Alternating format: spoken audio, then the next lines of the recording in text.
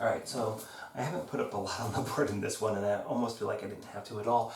But this is kind of a little bit more of a complex subject, a little bit more, right?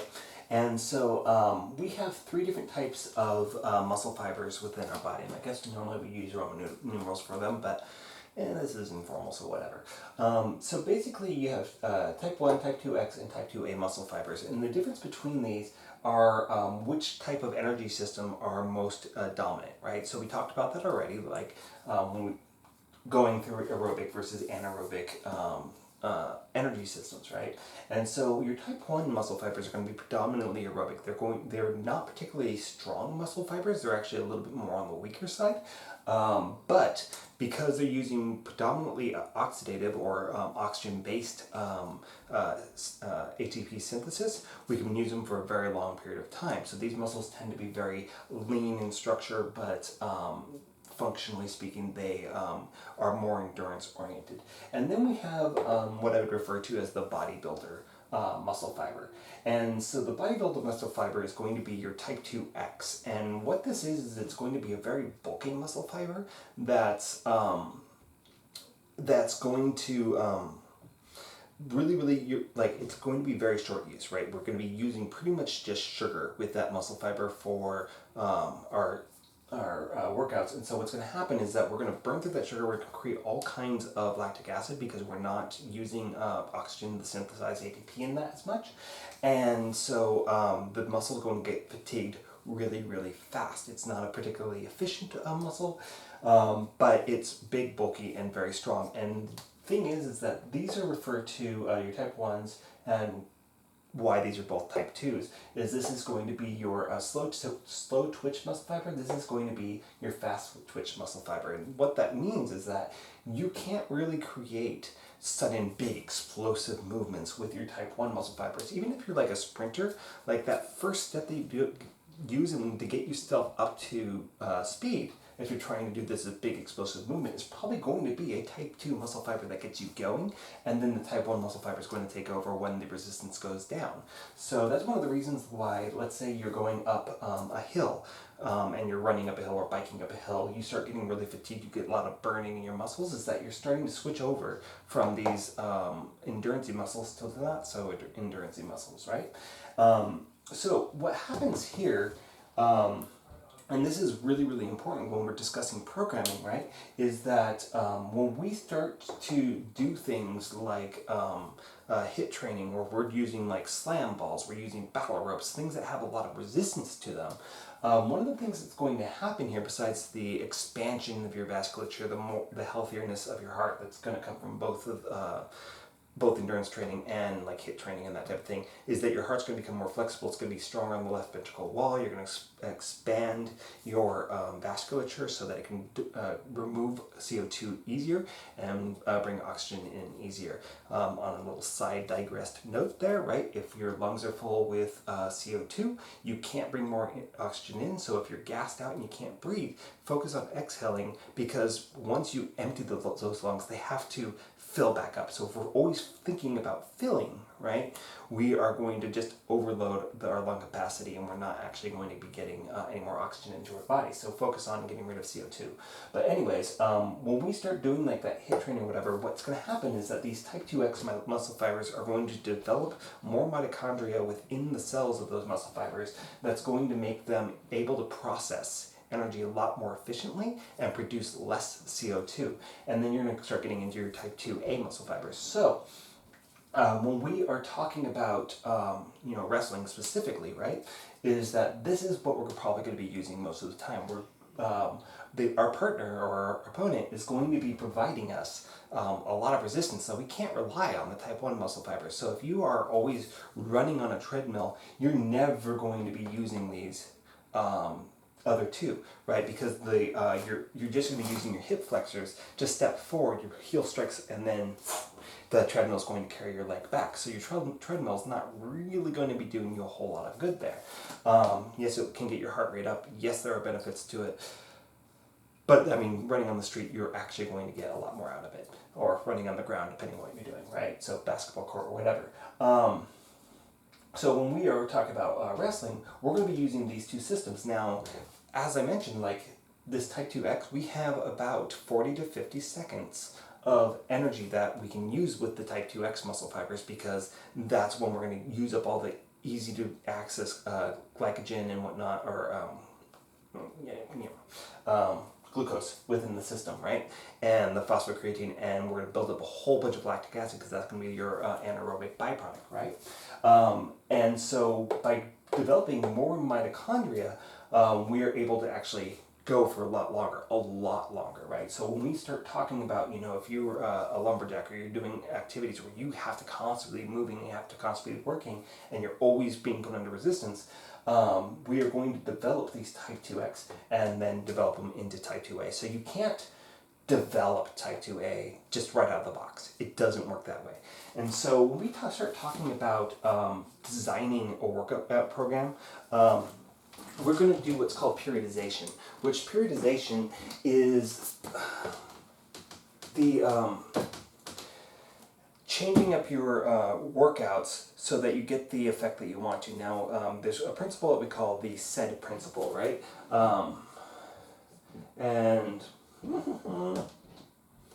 so, specific adaptations to imposed demands is what the SAID principle is. So if you keep putting the same demands on your body all the time, your body's going to no longer have a reason to change. And if you lessen the demands on your body is going to be like, well, I'm not going to maintain this extra tissue here that is just using up more energy, right? So that goes back into when people say that it's easier to keep fat off if you develop muscle, right? It's because of this, right? Your body has to actually maintain that muscle mass, and it actually takes a lot of energy, whereas it takes almost nothing to maintain fat, right? And so going back to periodization, right? Periodization is the constant tripping up of your body so that it has to constantly adapt. So if you're really, really out of shape, or you're like me and I hate doing cardio because I get itchy really quickly, the first thing that I want to do is I want to be starting off my cardio at least no less than 20 minutes, right? So, and optimal cardio time is 40 minutes, right?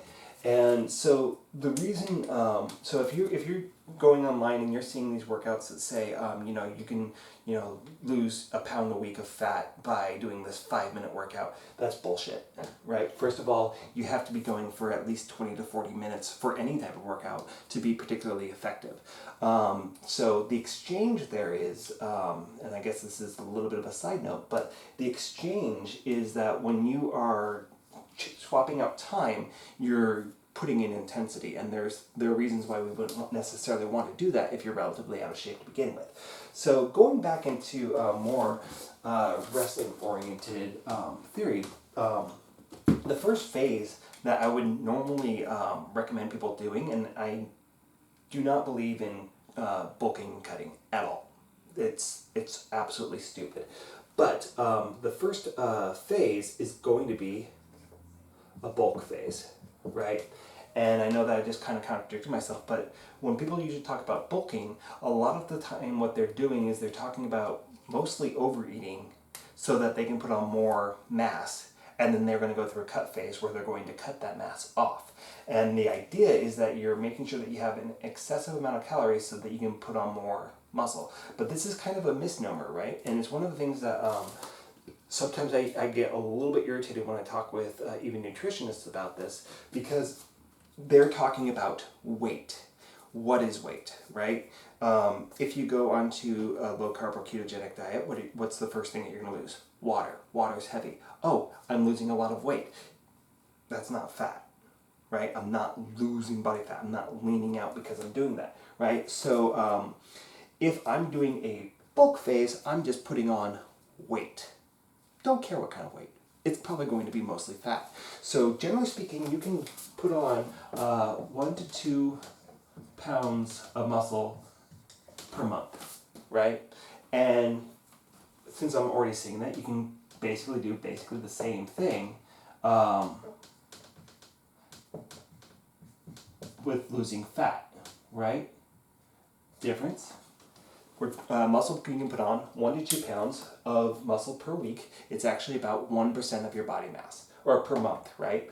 And fat, you can lose 1 to 2 pounds of fat per week. So one of the reasons why, just talking about weight and how much you should be eating when you're trying to train is that if we look at this, we are losing fat at about roughly 4 to 4.3 times as fast as we can put on muscle, right? So if we are eating kind of in a very close to our maintenance level and we're working to pull off maybe even a little bit under, when we're working to build muscle, basically what's going to happen there is that you're going to continue to lean out, but you're still going to have excess calories a little bit there to put on muscle. But, if I'm losing, let's look at this per month, right? Let's convert that, right? So we can go 4.3 to 8 slash whatever 4.3 is, that's probably going to be around 10, right? So generally speaking, we can lose 4 to 8 pounds of fat per month for every 1 to 2 pounds of muscle that we're putting on. So when we're trying to figure out what kind of diet we're doing, we want to say, okay, well, our goal, right, is to be 2 to let's say 6/8, 2 to 6 or 8 pounds of change per month, right? Did I say that right? Right. So this is how much loss we're doing, right? We want to lose about 2 to 6 or 8 pounds of weight per month with whatever we are doing, right? And so we are creating enough caloric deficit to have this aim, not this aim, if we want this to happen. Does that make sense? So we don't want to be going into a huge caloric deficit for a couple of reasons. One, your metabolism is going to slow down. You're going to become, your body's going to protect itself, so it's going to be harder to lose weight, and it's going to be harder to put on fat, muscle. So if our goal is to put on muscle and lose fat, then we need to be at a caloric deficit that allows for that, and I've covered that quite a bit in the nutrition video, so you should go back and watch that. So now that I've gone on a completely different sidetrack, we're talking about bulking here as your first phase. Well, how much? Let's say you're at the weight that you want to be. You're at maybe 12% body fat or something like that. I think I'm personally like 12 to 15, somewhere in that is where you should hover. So if I'm trying to bulk, I find out what my maintenance calories are going to be, and I might, if I'm already at the weight that I want to be, I might go a little bit above that, right? And I'm going to aim for the amount of calories that I need to put on 1 to 2 pounds of muscle per week, and it should be balanced. It should not be protein heavy, because again, proteins can clog up your kidneys if you eat too much of them. They go through glucogenesis if you have too much sugar in general. And that's what they're going to do, right? In order for you to store proteins, because you can't hold on to the whole protein, right? Now your body doesn't maintain proteins, which is why we need a constant source of it. But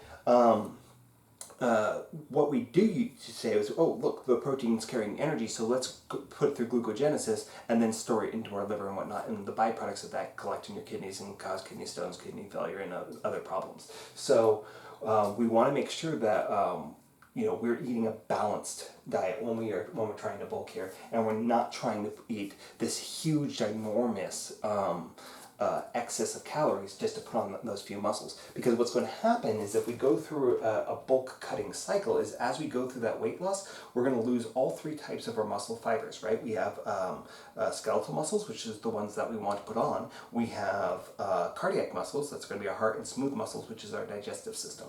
And so when we go through those cutting phases, we lose fat, we lose muscle tissue, and that's going to be all 3 different types of muscle tissue that we're going to lose in that cutting phase. So generally speaking, it's best not to do the cutting phase in the first place, which is why we're going to go through a healthy bulk rather than a huge mass bulk, right?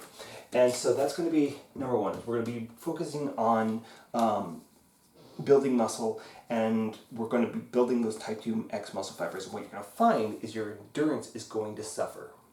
Why? Because you're building all this new muscle mass that doesn't have the mitochondrial structure to process energy effectively, and your vasculature has not started to expand into those muscles yet because we haven't gone through the phase that would do that, right? And while we're doing this bulking, let's say we're lifting. I'll do this in a different color.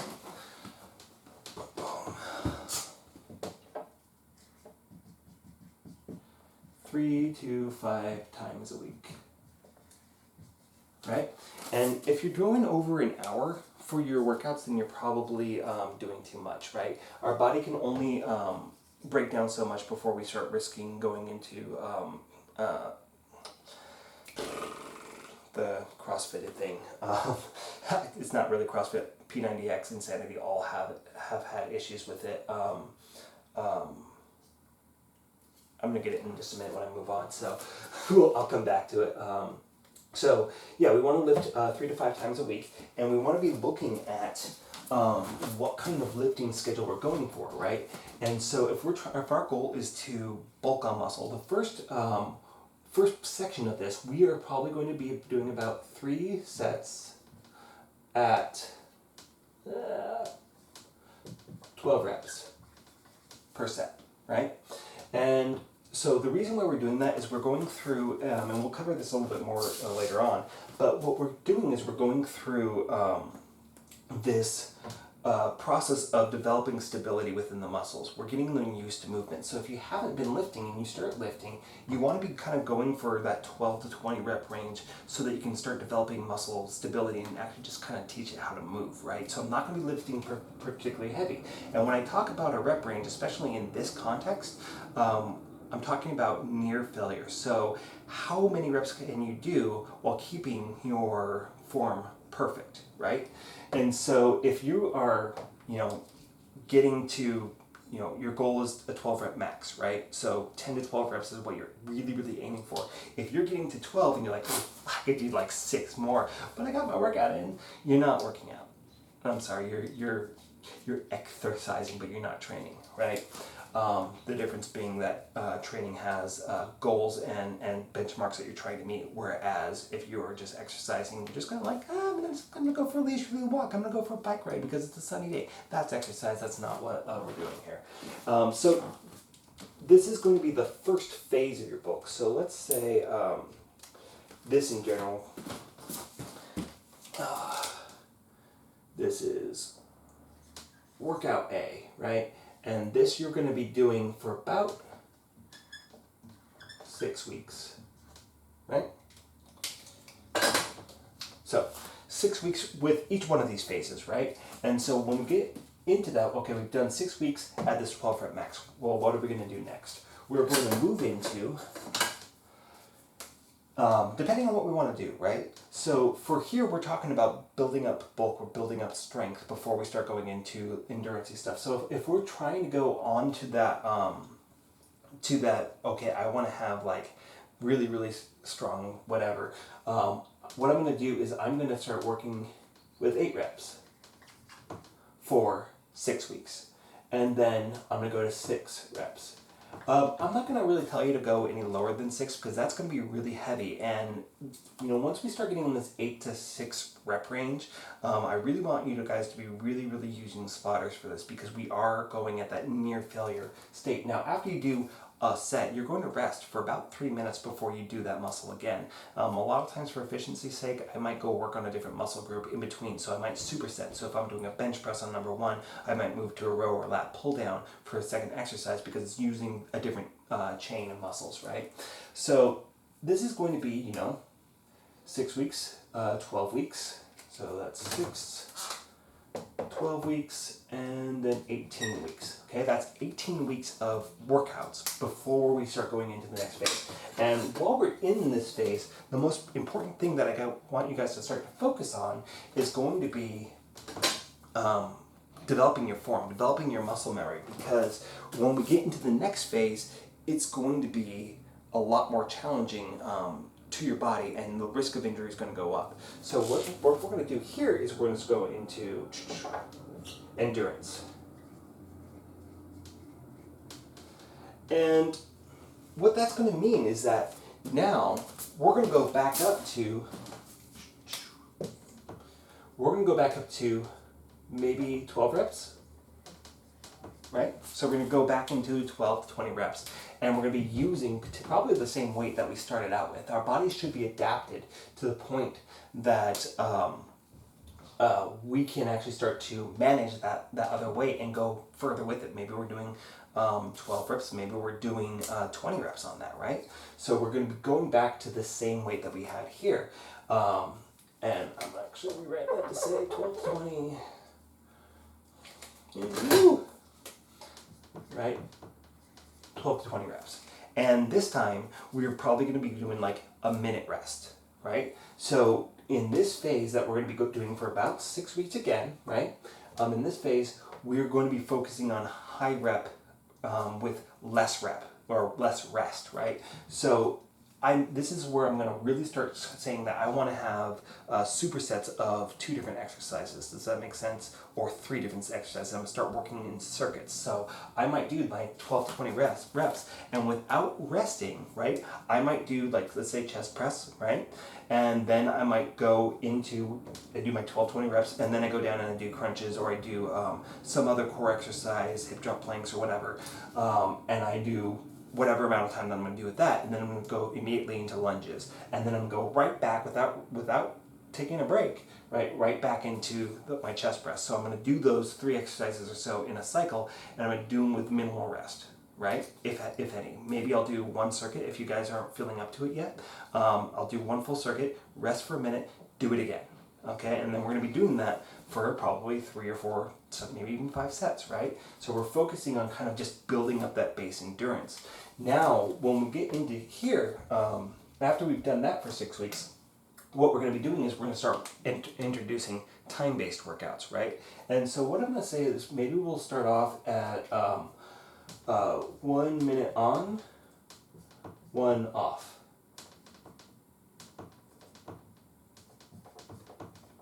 And so all we're doing is we're just kind of saying, okay, now we're going to be doing maximal effort. We're going to have an equal amount of work to rest.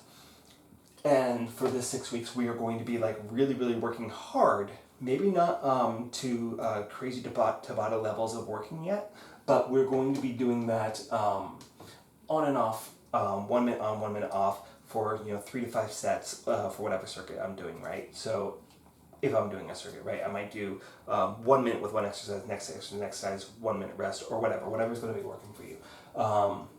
Sometimes when I'm doing this, I guess more specifically, let's say I'm doing plyo push-ups here, right, and I'm supersetting it with squat jumps, okay? Maybe I'm not going to get to a full minute with those, but it's just an example, right? And then in the next month, let's say that we do this for about 4 weeks because it's going to be a relatively easier thing to do. Then I'm going to go into 40-20 circuits, right? So this is going to be 3 to 6 exercises, right? Depending on how much you want to do, and we're going to be working for 40 seconds of work, 20 seconds of rest, okay? And now we're going to start working ourselves up to maximal exertion for each set, right? Because in order for us to do a true Tabata, we're working our ways down to 20-10s, right? And so, we're going to do that for about 6 weeks. Then we're going to go into 30-15, right? Then your 20-10s, okay? And the thing is that this looks like it should be getting easier, right? But we're increasing the intensity as we're going down, and the more tired you are, the harder you're pushing yourself, the more important that your form is perfect, right? So we are working on developing endurance by doing these circuits. Generally speaking, Tabata is going to be your most efficient way of doing it. Now, the reason why I have problems with CrossFit, the reason why I have problems with P90X and Insanity, sometimes Orange Theory, and even I worked at 24 Hour Fitness for several years there, and we had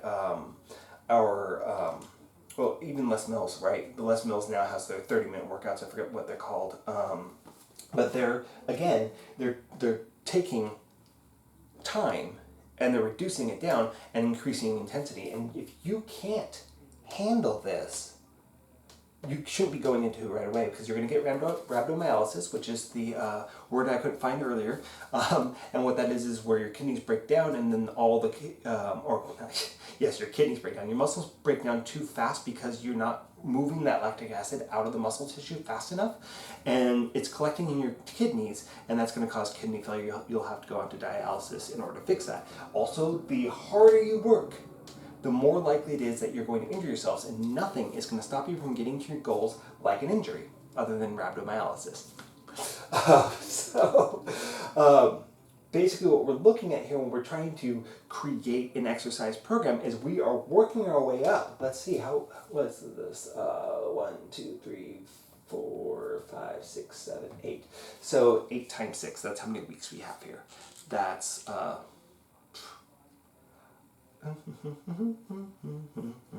yeah, I think that's about a year right there. I think that's what's going on there, but I'm not mathing very well right now, and I'm not going to waste your time with it. So, yeah, this is like a long process to get us from here. So if we are, completely not even kind of gone through a bulking phase, and we go straight down to, like, let's say the 30-15 or some type of high intensity circuit like what you'd get with CrossFit or something like that, your form is not going to be there.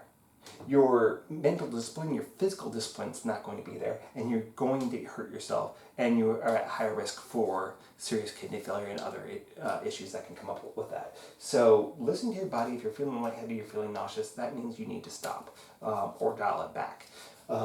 Watch your breathing and all that stuff. So for a wrestler, this is kind of the way that I would kind of develop this. And this whole time I am doing cardio. So, this, 3 to 5 times a week, this is still how often I'm doing this, right? So we're still at 3 to 5 here. Sorry, swallowed spit.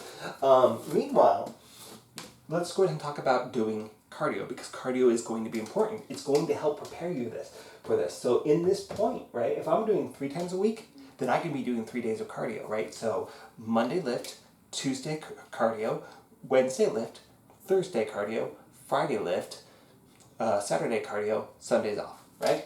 That's pretty intense, right? And that's going to help prepare us for this phase. Because again, expanding the vasculature, expanding the health and efficiency of your lungs and your heart is going to make this stuff much easier. Yes, this stuff is more efficient at fat loss. That doesn't mean you should do it when you're not ready for it. So that's kind of the way that I would kind of model you guys out to start training.